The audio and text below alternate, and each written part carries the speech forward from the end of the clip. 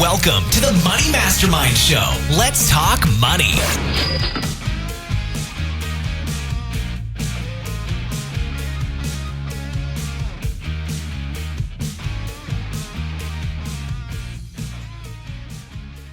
And welcome to the Money Mastermind Show. Here's an interesting thought. One way you can make your life better is to reduce your cost of living. Really. Joining us tonight to help us discuss this is Asia McClanahan of principlesofincrease.com.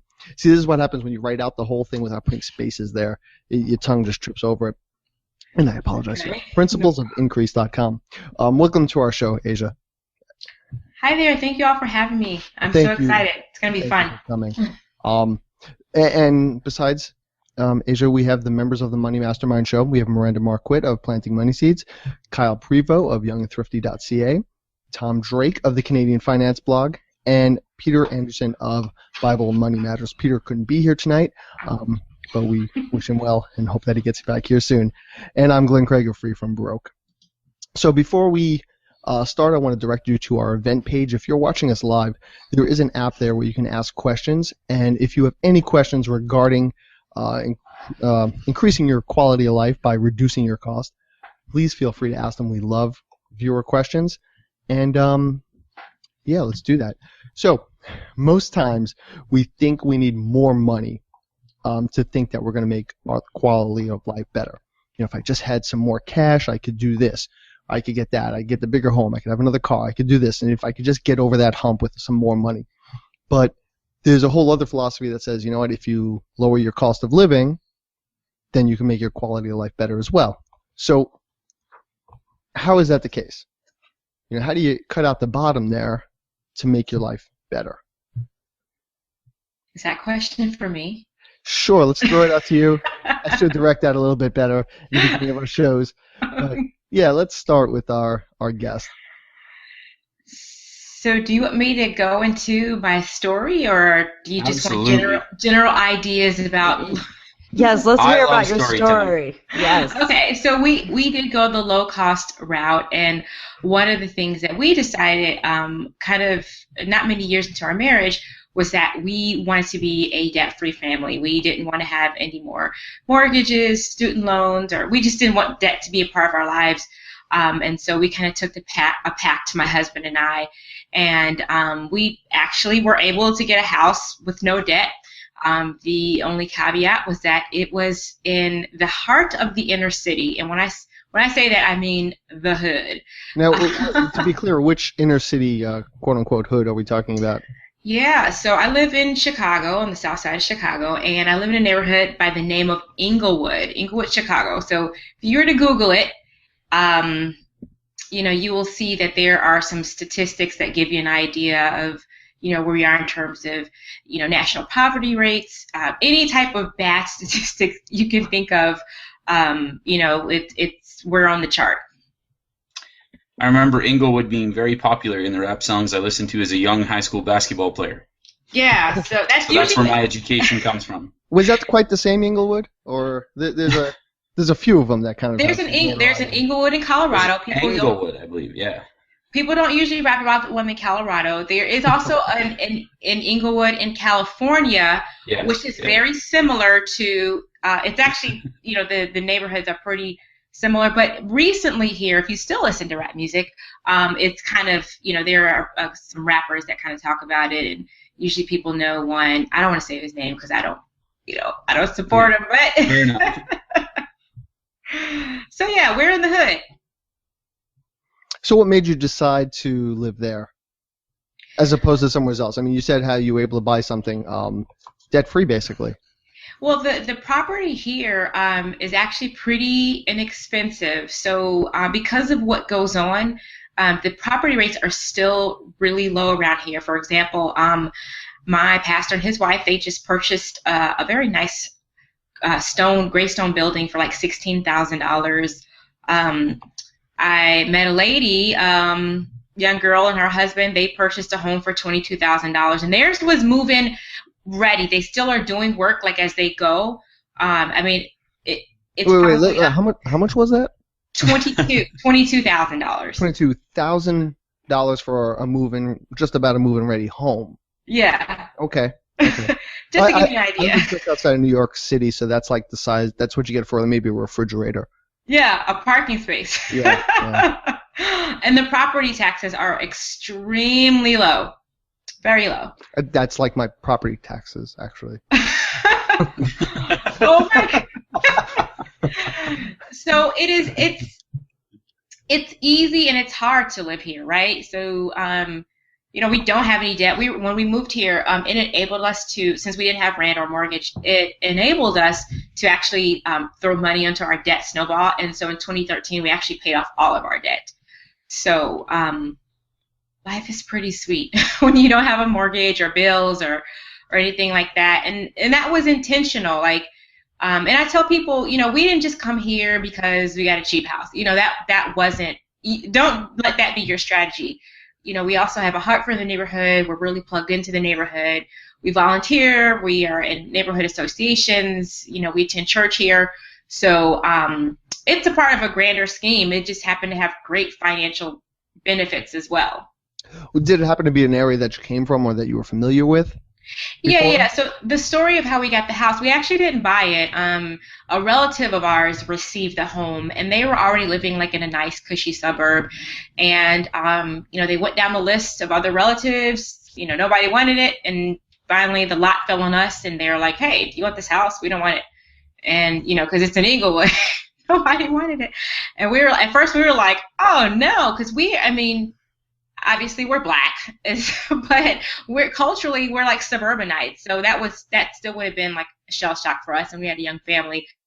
So at first we did say no. And then we ruminated on it a couple of weeks, maybe more. And my husband was like, we did say we didn't want any more debt. We wanted a house. We didn't want a mortgage. So it took my husband to kind of discern that opportunity to be like, hey, this might not be a terrible thing. And so it worked out so that I really was able to work from home. I didn't have to have a full-time job right away. So I was able to stay home and still stay home with my kids to homeschool, because the neighborhood schools are not quite, where they need to be for our kids. So, we've arranged our lives around this, and it's been working so far. We're pretty happy. It sounds like you've definitely had to weigh some choices moving there, right? Just the fact that you're talking about homeschooling your kids. A lot of times, I know for me personally and my family, the reason we moved somewhere was because of the school system, right? And that's part of why our taxes are so much. Not really as much as what you paid for your home, but not far from it. Because a lot of people, that's what a good neighborhood is. A good neighborhood is a good school system. So you're really kind of weighing that, but at the same time, I'm paying a ridiculous amount also in my mortgage and my taxes. So, how did you come to peace in making that decision? No, that's a great question. I think even before we were presented with the opportunity to have a mortgage-free home, we had kind of set in our minds that we wanted to be homeschoolers. So it made the decision a little bit easier. So it wasn't like, we can't go there, the schools are terrible. We were already like, well, this will be even more helpful. We won't have that many bills. I'll get to stay home. Great. It supports our vision to be like a homeschooling family. So that was kind of our situation. And again, this is not for everyone. If it's going to be a big adjustment for you to figure out that you have to homeschool and install a closed circuit security system, and there are some things you have to think about when you make a move like this. Yeah. Some of us just moved to Idaho. Is that really someone did? Yeah, me. Oh my God. How's that working for you? That's crazy. No, it's cheaper. Yeah, I bet the cost of living is great here. I actually know someone else who lives there. It's cheaper than when I lived in Philadelphia. Yeah, and with the way the world is set up these days, you can be a lot more location independent than you used to be. So it works for us. I do database consulting from home. I have clients, all around the country, and I don't have to leave my house if I don't want to. So it doesn't matter if I live in the middle of the ghetto. So. Or the middle of nowhere, wherever. Or the middle of nowhere. Well, Ask Kyle. Kyle's even more remote than I am. Yeah, but I think there like we joke, but there is some commonality there. I think basically looking at what ultimately makes you happy in life, which I presume is sort of where we're headed with this conversation, and just looking at independent of sort of where your house is, which can be such a hugely important financial decision, whether it's slightly less desirable to the majority or mainstream of people because it's in an inner city or because it's quite rural. I do think there are some, even though folks that live in both those communities maybe disagree, that there's a lot of similarity. I think as far as this conversation goes, there's similar motivation there. So, I mean, maybe let's talk about that. What actually makes for a good quality of life? I know everybody here would probably have a different answer, but maybe we have some commonalities there as well. Like why would you choose the places that you live? I mean, it sounds like the cost of the home and not being in debt is one part of it, but it sounds like you had maybe a little bit more to it than just the money. Yeah, so another big part of it for us is, I'm just like that person who likes challenging things. If it's hard, if it's like stupid, dumb, hard, difficult, I'm like, sign me up. So in the suburbs, everything is very turnkey. Life is there for you, provided. You don't have to do a lot around like infrastructure and making sure your trash gets picked up and your elderly neighbors are taken care of. Usually people have the means to kind of in the suburbs, to live a I don't know, like a protected or normal life, convenient life. That's what I'm trying to get at. So where I'm at, the services, the infrastructure, nowhere near a third world country, but there's still some differences. Like we sometimes still have to interact with the alderman to say, hey, the trash didn't get picked up today. Whereas I know in other neighborhoods that wouldn't happen. Our internet is slower here sometimes. Hopefully it doesn't affect this call. But I find a lot of value, and I do get great joy out of being able to be like an integral part of the community to advocate for people or just let people know who maybe wouldn't normally, stand up for themselves or call for the garbage man or call 311 because, a street light is out or whatever the case is. We do some things in the neighborhood, and that is really incredibly fulfilling. To me, that is more important than stuff at this point in my life. It wasn't always that way. I'm not like this perfect angel person, but right now I can say that it's fulfilling and satisfying. I can definitely sort of identify with that. It sounds like actually there's a lot more similarities than I thought. Where are you, Kyle? I live in the audience knows I live in this very rural area north of Minot, North Dakota is sort of the geographical touchstone that I found easiest for most American folks to identify with. And then their next question sometimes is like, where's North Dakota again? And it's like, well, it's close to Canada. Anyway, I'm like almost halfway between where Tom lives in Edmonton and Winnipeg, a little closer to Winnipeg, but yeah, so right in the middle of that giant mass of Canadian prairie. And what you're talking about with a smaller community and sort of more intentional living, it's pretty neat, like being a teacher in a small community or being sort of a professional. Pillar of the community sounds so ridiculous in like 1960s, but you do have a really cool chance to make a real impact on things and help people. And yeah, it's a different spirit. Obviously, I'm definitely dealing with different maybe obstacles than yourself. But for example, in the city, when there's a snowstorm, everyone goes, "Oh gosh, it snowed. That's really too bad." And then the plow comes by and plows everything. And where we live, it's like, "Oh, well, your 80-year-old neighbor can't get out of their driveway for a week if you don't help them." Yeah. Or someone's in the ditch. It'll take the plow 3 hours to get there if you don't help them out. Wow. So yeah, maybe a similar dynamic in certain regards like that in terms of convenient living. But I enjoy it. I would actually pay a premium to live here. So that's been good. Yeah, compared to like you could be out in the suburbs in some areas, or even in the city, depending on what parts of the city, and have neighbors all around you and you don't know anyone. Right. This is true. Unless you run into them on the elevator maybe once or twice, or you see them on the train or something like that. Otherwise, you don't necessarily speak to everybody you see. It's just like you see them move along because everything is so fast-paced and maybe enclosed.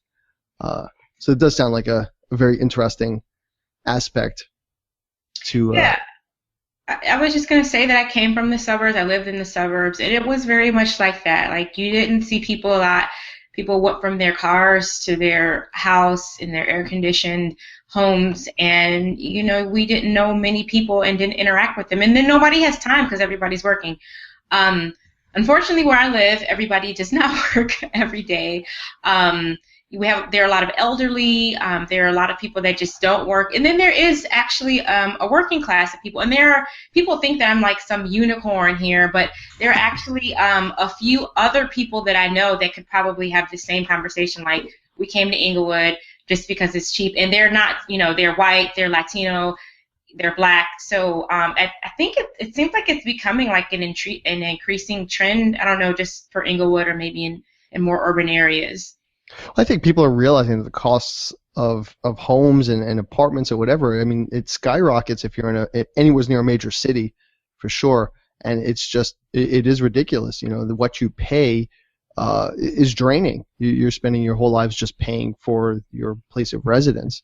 And also, I mean, there is also a lot of, being from New York City, you've seen a lot of neighborhoods that went from like one way where it was a bad neighborhood to flipping, like, you know, 180 degrees, and you're just like, wow, when did this neighborhood change? Yeah. Within like 3 years, right, Glenn? Like, it didn't take long from what I could tell from way out here. But. It parts of Brooklyn, let's say, it's been, you know, going on 2 decades, but it just feels like it does get that momentum, and you go, wait a minute, now that neighborhood is nice too?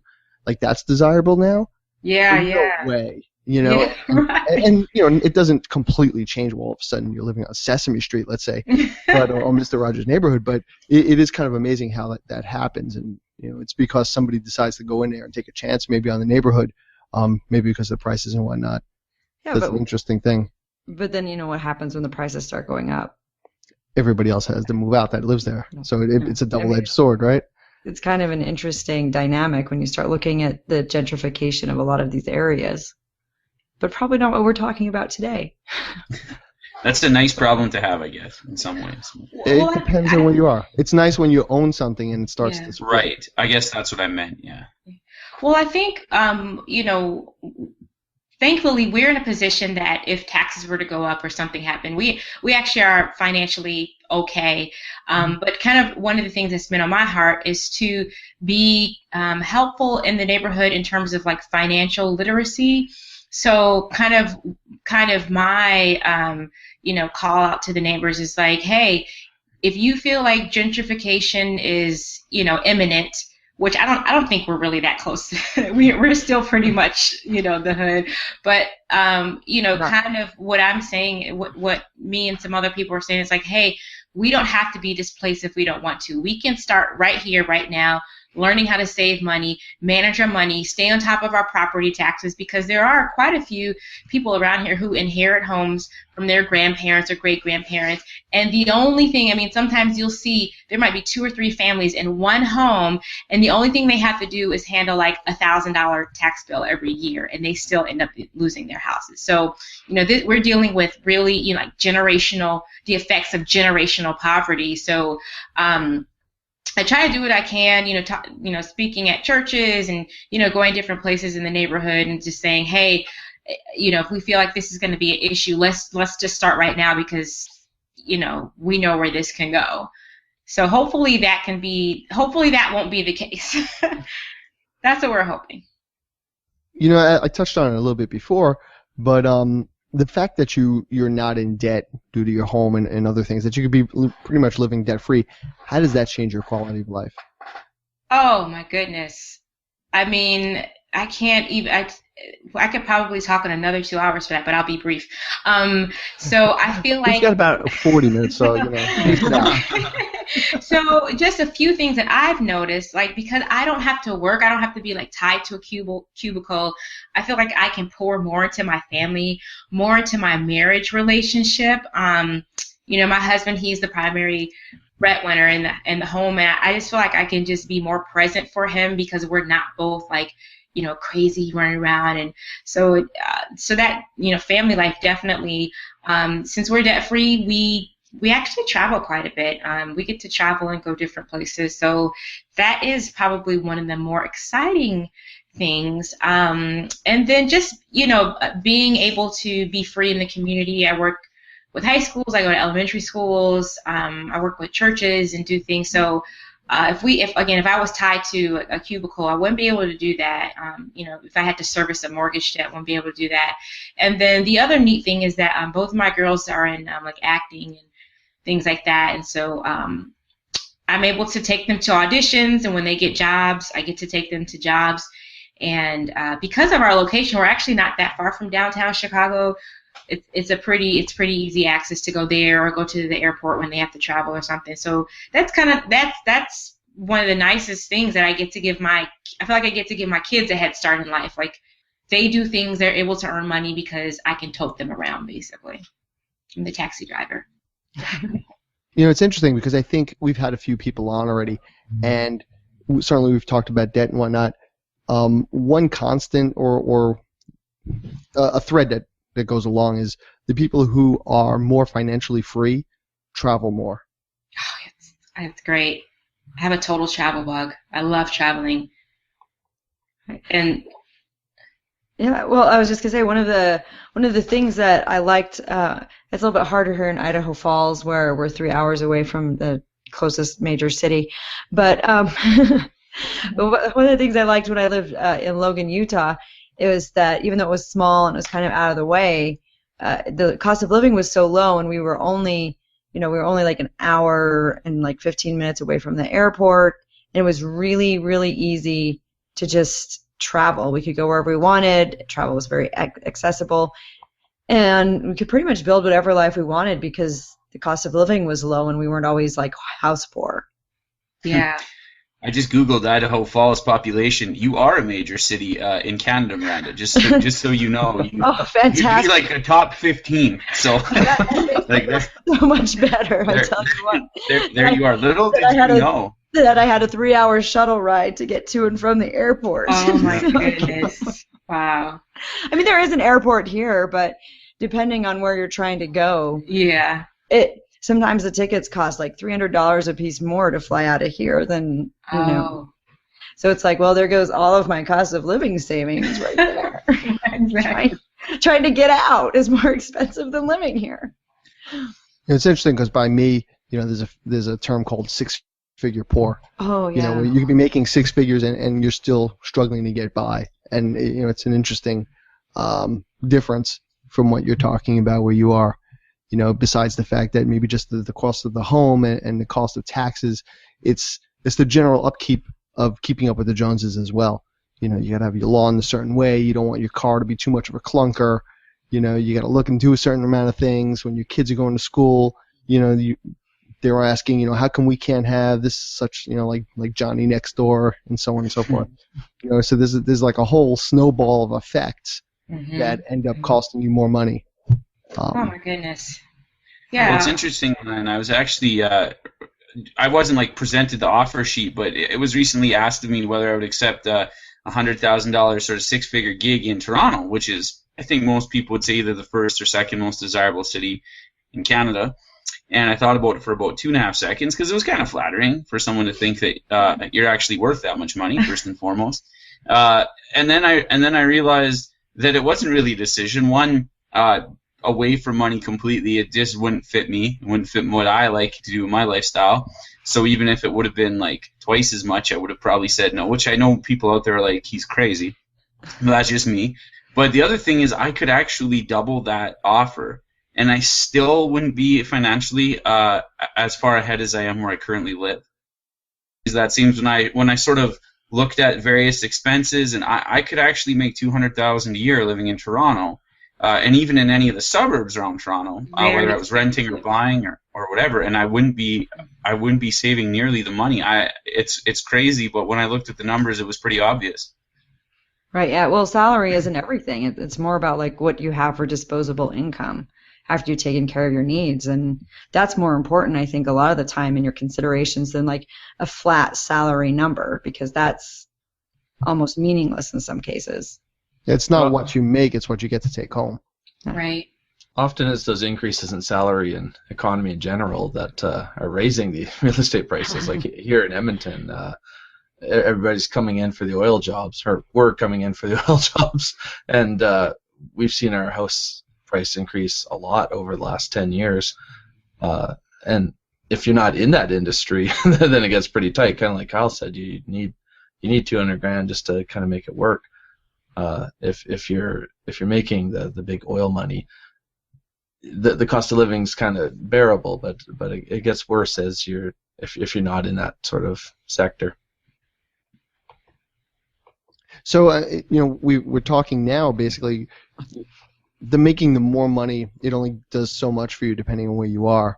It's interesting how if you could just cut out the bottom, and we're not talking about being maybe frugal, we're not talking about doing a cheaper food shopping or cutting out movies to make your money go further. We're talking about some pretty big financial moves that can really maybe change your quality of life.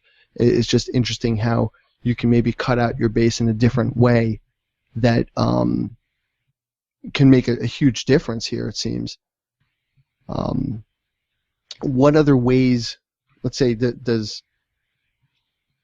how can you go about making that decision? Like, where do you come up with how you want to live?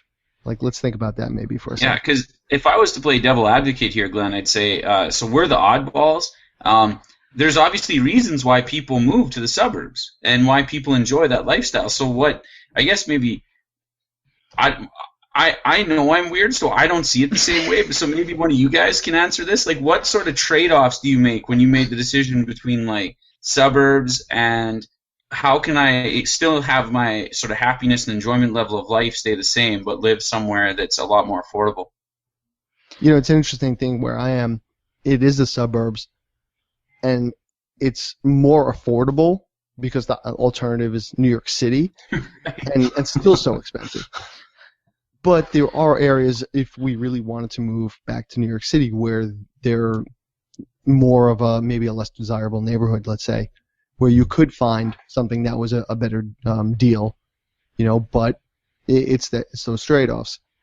For us, it wasn't even necessarily the neighborhood itself so much as like having a house with like a little bit of land and a little bit of space, But yeah, I mean, there were places kind of like that, but do you have an actual yard?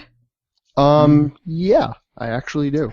Nice. It's not the biggest yard, Good but I do have to work to cut my grass every once in a while. But for us, the quality of life question was, do I want to have to fight for a parking spot every day?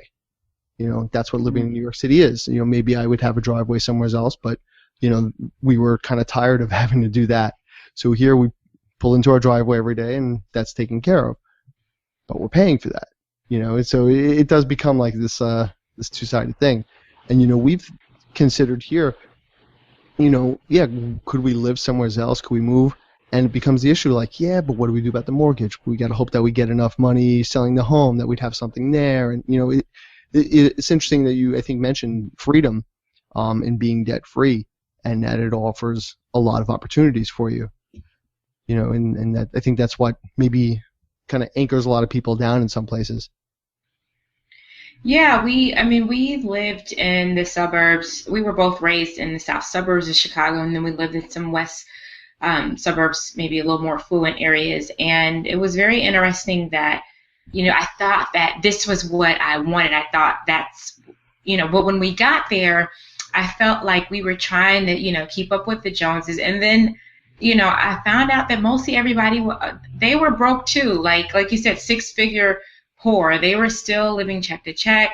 And this was during a time where, foreclosures were, kind of sky high, even in the nice suburban neighborhoods. So, for me, I had to step back and think, like, can I do this for the rest of my life? Like, can I work like a dog, never see my kids, probably stay upset with my husband because all we do is fight, because we don't spend time together, but we spend lots of money apart, so just all those things. I knew from the very beginning, like, I didn't want financial strain on my marriage, and I really didn't know what that looked like. So I think it's important to start with the vision. So when you get with your significant other, or even if you're single, I think, I'm a big fan of doing vision boards and things like that. So when you just put like the vision out there for what you want your life to look like, and for us, it was freedom. It was like having enough money, or at least not fighting about money. That was like the big thing.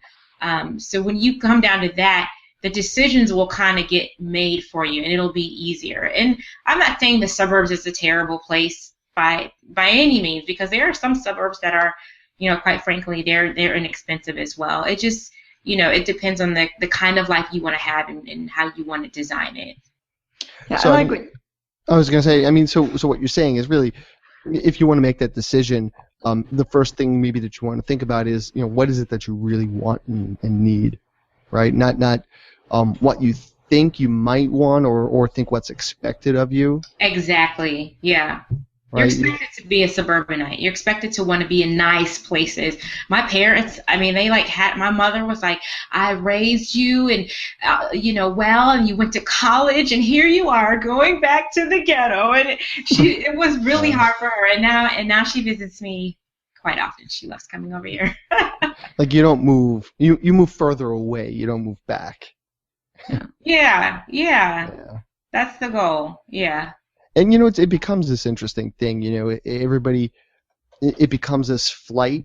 Once somebody sees the neighborhood go down a little bit, then everybody starts going off every which way, and it's like, well, if everybody didn't just flip out and just made some deeper roots in where they are and just kind of fought for where they lived, things didn't have to change necessarily. And I don't really know where I'm going here, but it's just interesting where everybody just kind of runs away in the hopes of making something better instead of making it better where they are. It is kind of connected though, Glenn, because basically what those people must be telling themselves is that where I'm living must be a huge part of my happiness, because otherwise why go through all that effort to pick up? And I mean, moving is not fun. I don't know. I hate it personally. So in order to put yourself through that and the added expense of moving somewhere else, you must rationalize in your brain that your housing situation is a huge part of that happiness pie for you. And it doesn't necessarily have to be I'm sure there are many happy people where all of us live, and they're not the most expensive homes or the most expensive neighborhoods in the world.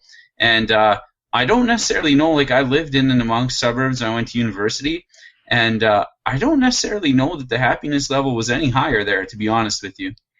Well, what's that study they did a couple years ago where they were looking at everything and just said basically once you hit $75,000 a year, your happiness level does not increase appreciably by your income. It just sort of levels off. It's not really based on your income. I don't know. I mean, there's probably there are issues with that, I'm sure, because I'm willing to bet I could double that and But I think it is. But there was another one. It's interesting, though, Glenn. Another one said 150,000 was your optimal. So I mean, all of these studies are a little. I think.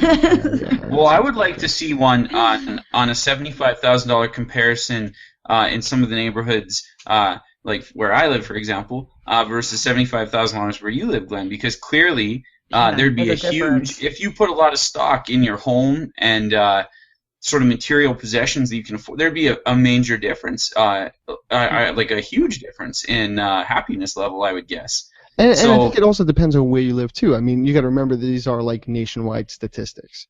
So yeah, absolutely. You talk about median incomes, you talk about that $75,000, and in some places, I mean, it may sound spoiled as all hell, but you could be making that, and it doesn't get you far, depending on where you are. And it doesn't mean that you necessarily, you're not necessarily a doctor or whatever, but, it depends on where you're living. Some places that $75,000 really goes far. You can do a lot with it, that's, 3+ houses that you could buy all on your salary. Whereas here, where I am, that doesn't buy a home. That doesn't buy an apartment somewhere. So it's really kind of relative. When you throw out those big numbers, it's like, yeah, but I mean, I get what you're saying. I could kind of run the figure in my head and go, well, if I just kind of made it a little bit higher, we could make it comparable. But, it doesn't really say a whole lot. I mean, I think maybe the point is, at a certain point, the money itself doesn't change much.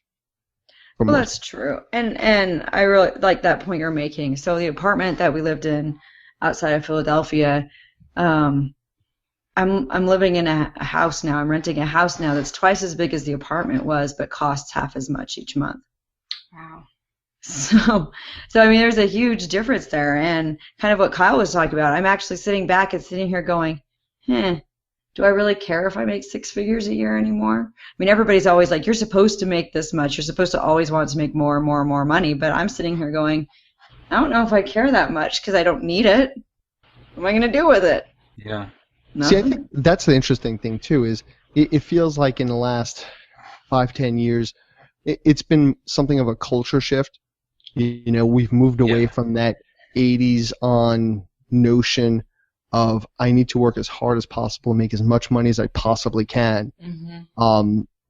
And now people are starting to go for what? You know, what's that money actually going to do? What's the cost of that money?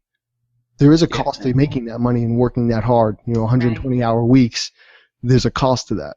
Like, even when I talk to entrepreneurs, like the guys that are building the business that's going to be a multi-million-dollar business, it doesn't seem to be the money's the main motivator. I mean, certainly that's how they help justify it to other people, and that's how maybe they justify it to their significant other sometimes, or whatever the case may be. But it is the project. It's the challenge and the wanting to overcome and the competitiveness and all that other stuff. I think that is the primary motivator, because there's oftentimes, you talk to these entrepreneurs, there's oftentimes easier ways to make money than like pushing all your chips in the middle and working 100-hour weeks. So yeah, I think that if you separate sort of the entrepreneurial away, the professional class, the sort of highly paid professional class, I know amongst the millennial generation, there's nowhere near the appetite to work the overtime and do some of that other stuff that there used to be, and that's backed up by every study that I've read. Yeah. And a lot of people would simply call that laziness. Yeah, my grandpa would have. Right? Just, Well, yeah. Well, right? my family has no idea why. Still, even 10 years later, they're like, real job. How are you going to support your son? I'm like, I don't know. The same way I supported my son and the whole family for 10 years. I just keep doing the same thing. But there's this progression you're supposed to have, which is, you grow up, you go to college, you get your degree, you work for 30 years, then you can retire and travel. And a lot of people now are saying, well, and you're supposed to buy a house in there too somewhere. And a lot of people are saying, is like, well, what if I just rent and work this other job? I don't know. I'm doing it all backward, and my whole family thinks I'm crazy because I'm running around having these crazy adventures when I should be just settling down and waiting to do it when I'm 60. See, I think for the longest time, people, they had money for money's sake, right? And maybe you could buy nice stuff and do all this, quote unquote nice stuff, nice things, but they didn't put a price on all the other aspects. That's good. So like you were talking in the beginning, Asia, you're talking about, your relationship and your family and being able to spend time with them. There's a cost to that. And I think a lot of times people didn't say, well, the money is here, but it's not balancing. You know what I mean? Like, I'm not putting that into this side, I'm putting it into this side. Whereas like, if you're making a little less, well, now you could balance things out a little bit more. And I think we're starting to see maybe that sort of a change happening for a lot of people. Oh, yeah. It goes back to, what Aja was talking about before. What do you want to do with your life? What do you want it to look like? And what's real quality to you? So, I mean, let's go into a couple more things. Like what is the quality of life mean for everybody else? I think we got a little sidetracked on that question. What does everybody else here think about that? Like I mentioned, quality of life. Let's hear from Tom. For me, it meant like living out in the suburbs, not being on top of everybody in the city. There was one point where we had sold where we were living and we rented for a year, and it was only just to rent, until we could find a place. But I mean, we lived in like a 3-family home, and right next to on both sides of us were 2 other 3-family homes. And we had to fight every night to get a parking spot.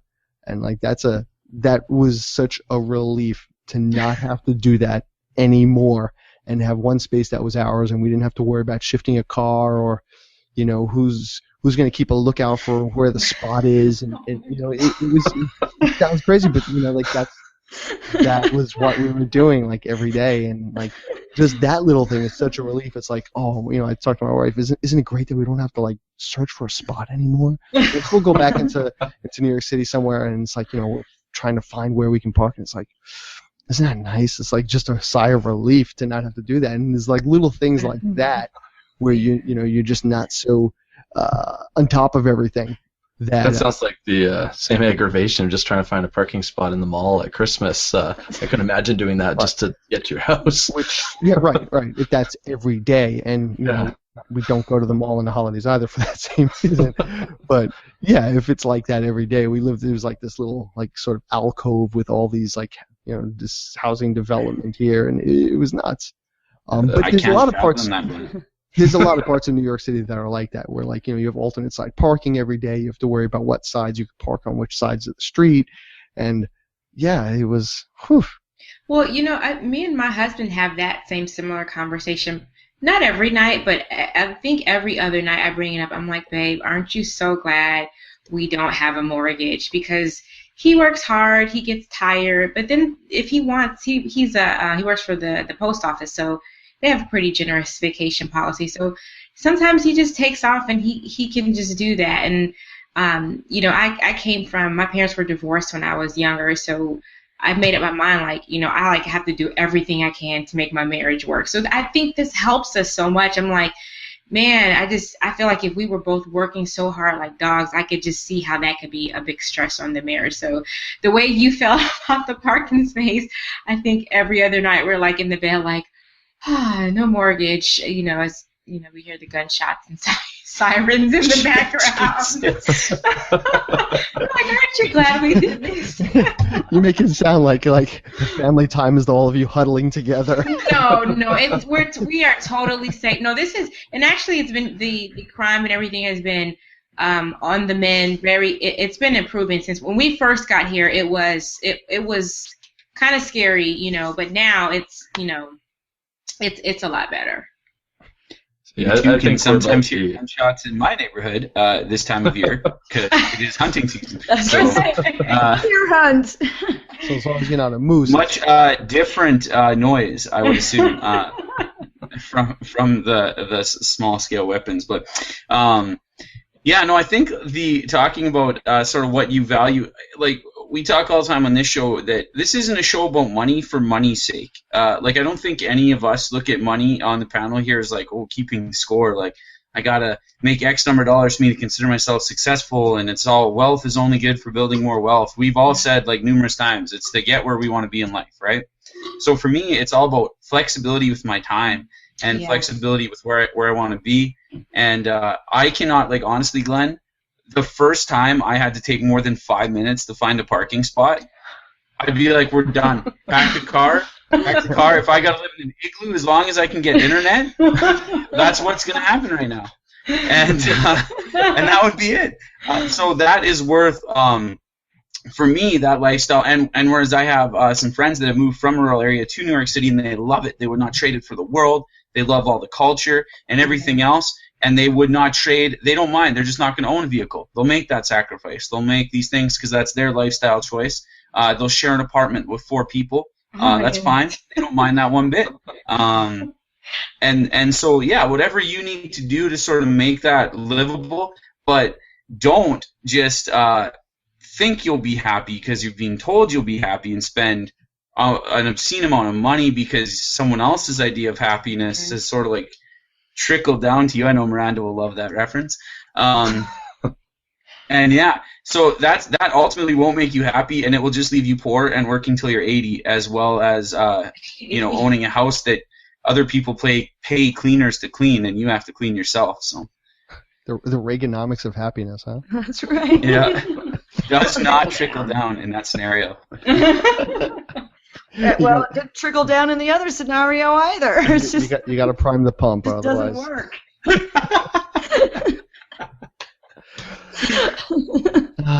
Just poking Miranda over there. Well, Well, no, I was busy writing down your profound thought of don't think you'll be happy because someone told you you'll be happy. I'm writing that down, dude. That was good. That is actually good. You gotta get like one of those tweet that things. Yeah, I know. We need to tweet this button for the blog post that eventually I'll start writing again. No, that was the teacher side of me coming out there for a second. Sorry if I got too down. Yeah, you're starting to get a little bit higher in the screen for that soapbox that was getting. Exactly. Wow, you were preaching.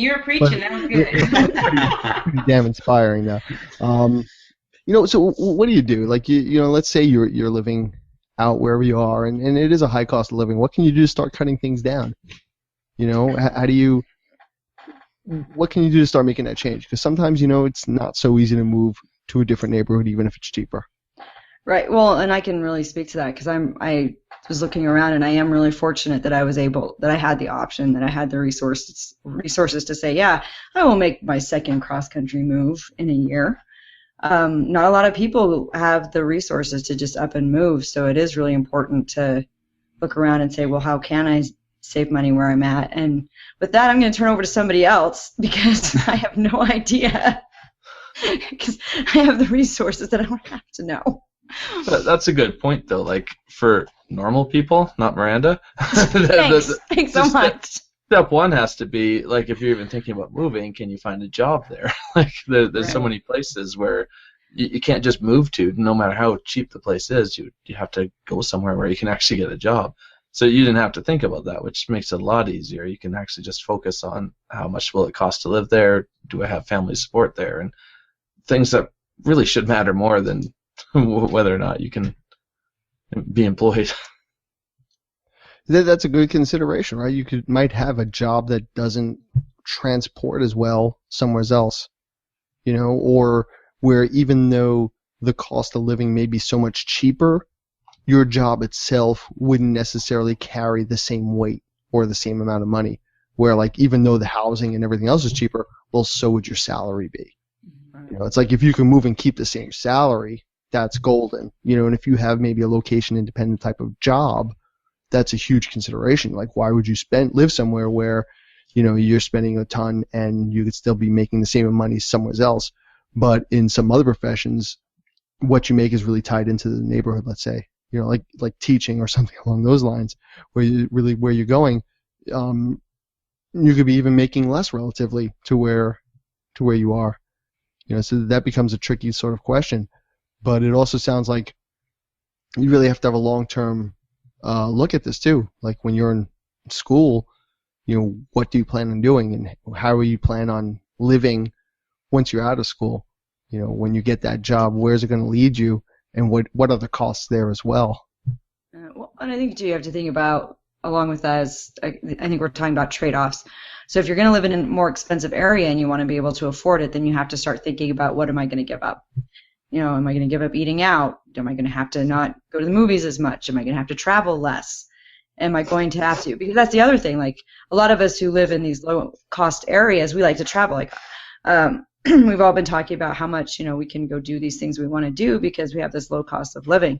So if you live in a higher cost of living, then you have to look around and say, well, what are the things that are in this neighborhood that I can do close to home that don't cost very much, since now I can't afford to travel?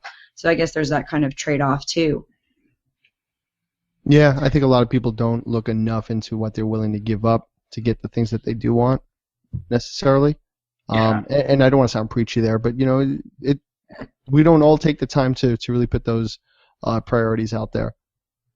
Well, and you gotta, if there was a magic bullet answer, everyone would want to live in that area, right? You gotta sacrifice one way or the other. I often think that if the urban life appealed to me and I wanted to do that again, that I would really have to make use of sort of things to build my side business, that it would be much easier to make business contacts. It would be much easier to sort of meet and introduce myself to companies and offer to do. There'd be more lucrative freelance opportunities that I don't have available to me where I live. So you got to make use of the advantages of where you are and sort of look for ways to adapt, I think. If you want to live in that heart of New York City and live, that fast-paced life with all the cultural opportunities and sporting events and just people watching, find a way to make it work for you, whether it's the taking advantage of the freelance thing or even the increased infrastructure to cut down on your car costs or whatever the case may be there. But you have to be able to make it work, and I think that's where the problem comes in for a lot of people, right? They get that lifestyle no matter where it is, and it may not be working for them, and that's where things kind of get cut off, I think. So I think we've had some really great discussion here on quality of life and how where you live really does affect that. Like what we like to do at the end of our shows is wind down here with a final word, and everybody gives a summation of what they think. So the final word on improving your quality of life through the low cost of living, if we'll start with Tom, and give us your final word. I think it really comes down to quality of life versus cost of living, at least in my case. We decided that we're going to have a bigger house and we're going to spend more money on it. And even my career basically can only exist in a city. In a corporate lifestyle, there's just not going to be a job in some small town. So every decision we made really set quality of life over the cost of living. It's expensive, but to us it matches what we want. And Miranda, what's your final word? Kind of like what Aja was saying, I really liked earlier when she was talking about how she's involved in the community and making it work. And one of the things that I decided when I moved here and was not super happy about it was that I did want to get involved in the community and be a part of it and feel like part of it. And so I think that has a lot to do with your quality of life, is what you decide you're going to do with it, what you decide you're going to do with where you happen to be. And Kyle, what's your final word? I guess since it was such a hit the first go around, I'll just retouch on my main point, I guess, which is I just quickly made a note here so I didn't lose the thread. Everyone's idea of a quality life is different, so find a way to find quality in yours without mortgaging your soul. Oh. I like that one. Look at you. You're just full of deep thoughts tonight. Very nice. And Aja, what is your final word on improving your quality of life through lower cost of living? Kyle took what I was going to say, so Yes. So rude, Kyle. You know when we have guests. No, actually, that was that.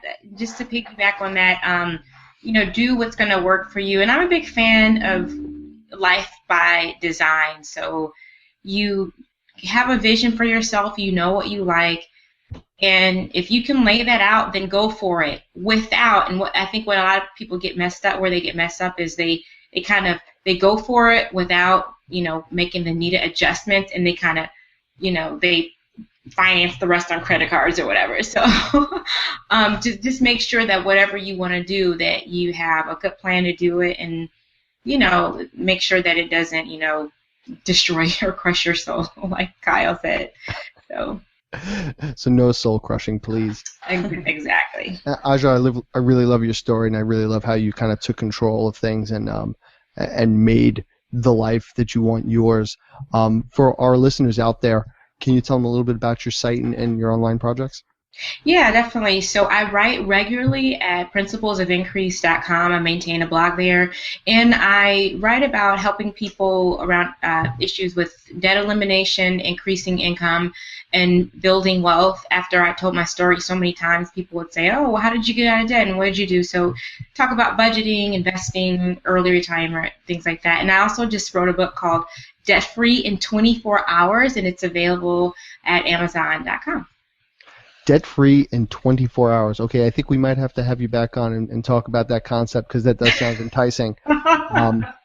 Thank you again for joining us tonight and sharing your story with us and with our listeners. And for everybody else out there, thank you. And until next week, be good with your money. Thanks for joining us on the Money Mastermind Show. Get more information at moneymastermindshow.com. Don't forget to subscribe to the show on iTunes and YouTube, and follow us on Google+.